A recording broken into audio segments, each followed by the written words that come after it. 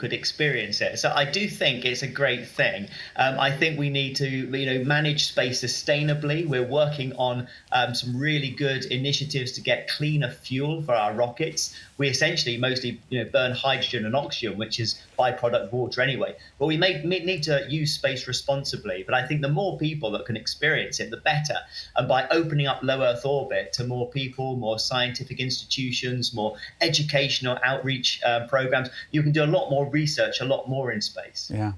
185 days, 22 hours. 7 years ago you were up in space now, Tim, and you've penned it all. You've written it in a book, which I can't wait to read myself. But to remind yourself of what happened, the key to it all was voice notes, basically, so you can remind yourself of what happened up there.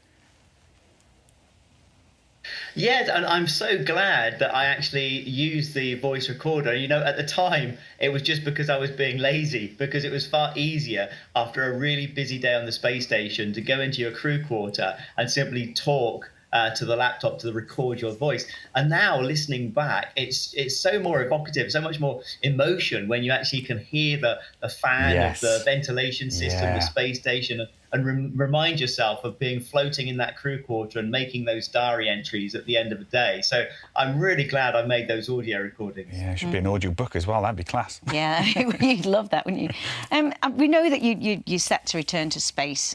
You'd love to go back and visit the moon very soon. There's also lots of news around UFOs at the moment. So I just wanted to ask you what your thoughts were, because in America, it's like this thing happening. Do you think they exist?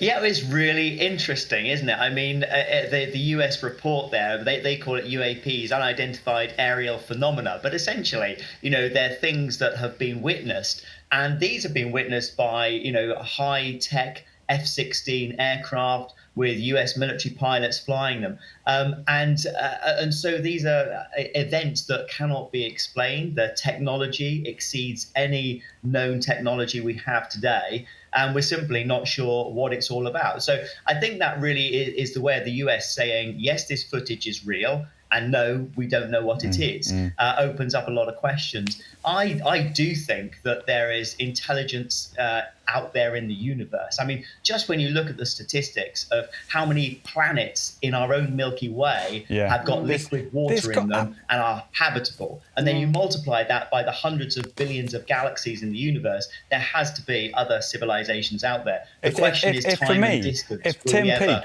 be able to meet up? If Tim Peake says there's life out there, I say there's life out there. Thank you very much for joining us this morning, Tim. It's always a pleasure. Thank you. Great talking to you. And to read all about Tim's journey to space, the full story is in his autobiography, Limitless, which is out now. Now, if you're bored of what's in your fridge, you might find some inspiration for your tea in the garden.